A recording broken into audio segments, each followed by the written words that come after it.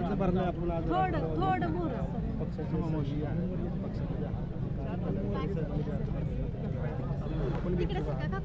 काय तुम्ही अर्ज भरला खरं तर लोकशाहीने प्रत्येकाला अधिकार दिलाय जो तो जे ते प्लस पॉईंट घेऊन जे त्याच्या सकारात्मक विचारावर अनुसरून फॉर्म भरतोय.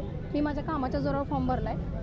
जिल्हाध्यक्ष पदावर 2-2.5 वर्षापासून सक्रिय आहे. त्या पदावर सक्रिय असतानाच पक्षाची ध्येय धोरणं सर्वसामान्यपर्यंत पोहोचवत असताना सर्वसामान्याच्या असणाऱ्या समस्या जाणून घेत त्यावर काम करत असताना खऱ्या अर्थाने एखादं संविधानिक पद असल्याशिवाय तुम्हाला त्या गोष्टी तुम्ही लगेच पूर्ण असं आणू शकत नाही.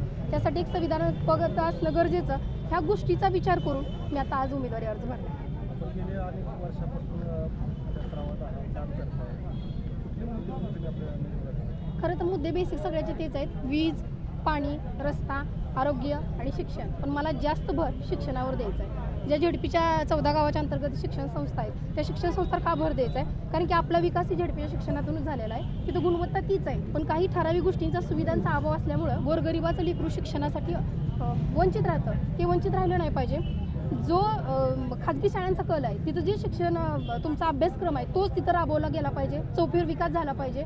परिस्थिती विना एकही लेकरू तसं विनाकारण राहिलं नाही पाहिजे. त्यासाठी झेडपीच्या शिक्षणा व्यवस्थेला किंवा त्या शाळेंना काय काय गोष्टींचे अभाव आहे त्यांची पूर्तता करणं हे माझं प्रथम हे राहील.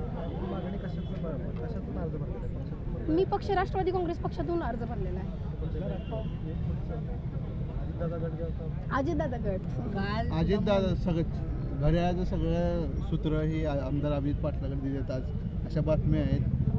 आपण जिल्हाधीश होता ह्या सगळ्या कसं बघतायत? खरं तर मी मागाशीच म्हटलं सध्या सूत्र जरी तिकडं गेली असली तरी मी या पक्षात मी आत्ताच बोलली 2.5 वर्षापासून कार्यरत आहे.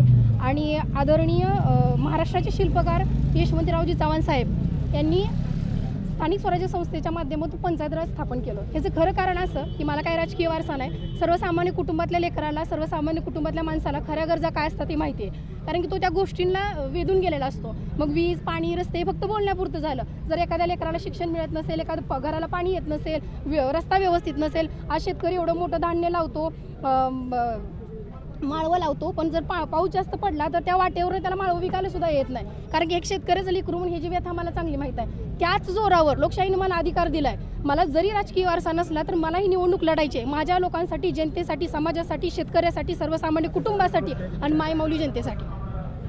समोर धनदानगी उमेदवार आहेत, खरी कसं मालक आहेत तुमच्या समोर, कसं बघताय त्यांचं आव्हान तुम्ही? मी तुम्हाला आत्ताच म्हणलं मी माझ्या कामाच्या जोरावर यावर आले. कारण की लोकप्रतिनिधी कसा असावा? लोकप्रतिनिधी सर्वसामान्यांच्या व्यथा जाणून घेणारा असावा. त्याची नाळ सर्वसामान्यपर्यंत पोहोचलेली असावी. तो त्या गोष्टीतून बाहेर आलेला असला पाहिजे तर तो त्याला न्याय देऊ शकतो ना.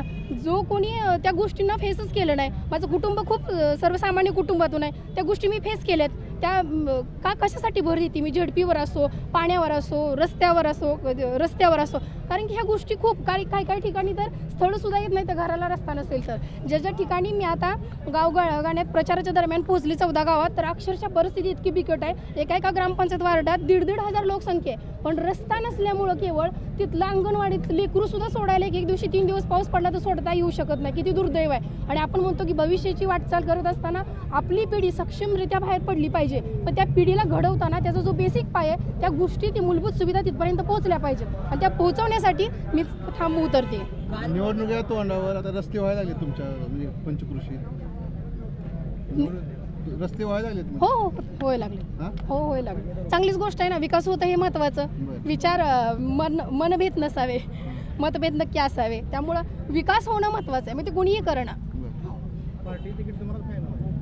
मलाच होईल.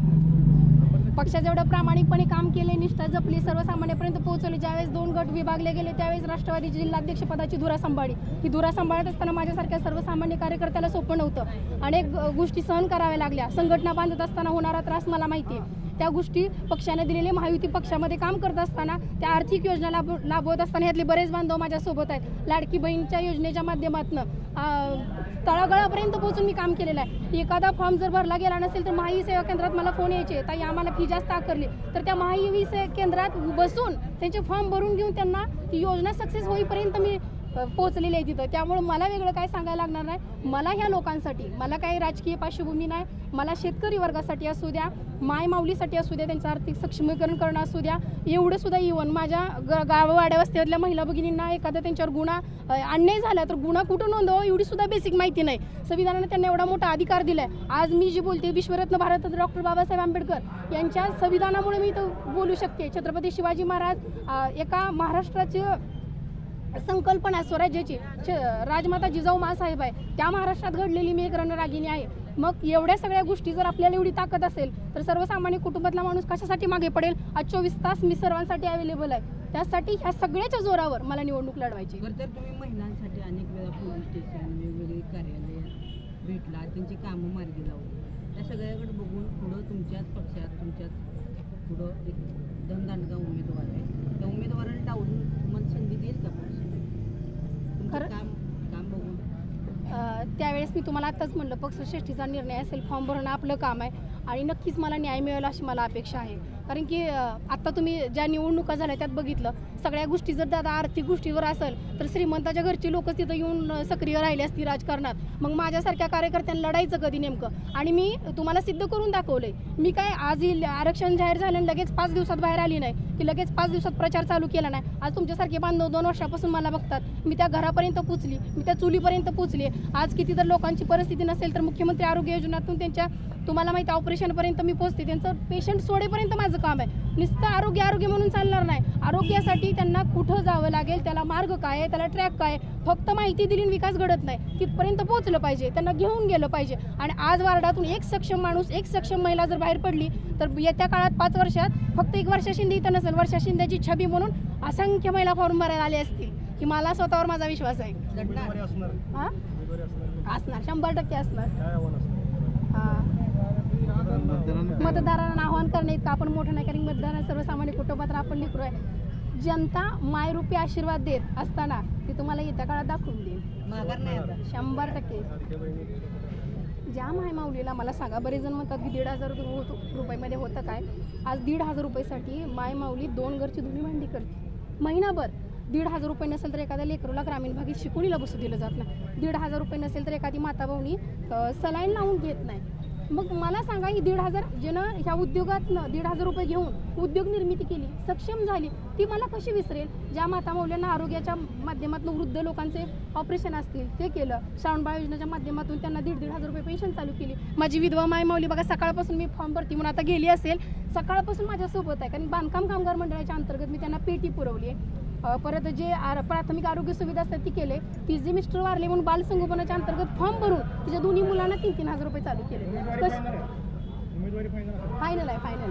माघार नाही, मागायला लढायचं. लढायचं. थँक्यू.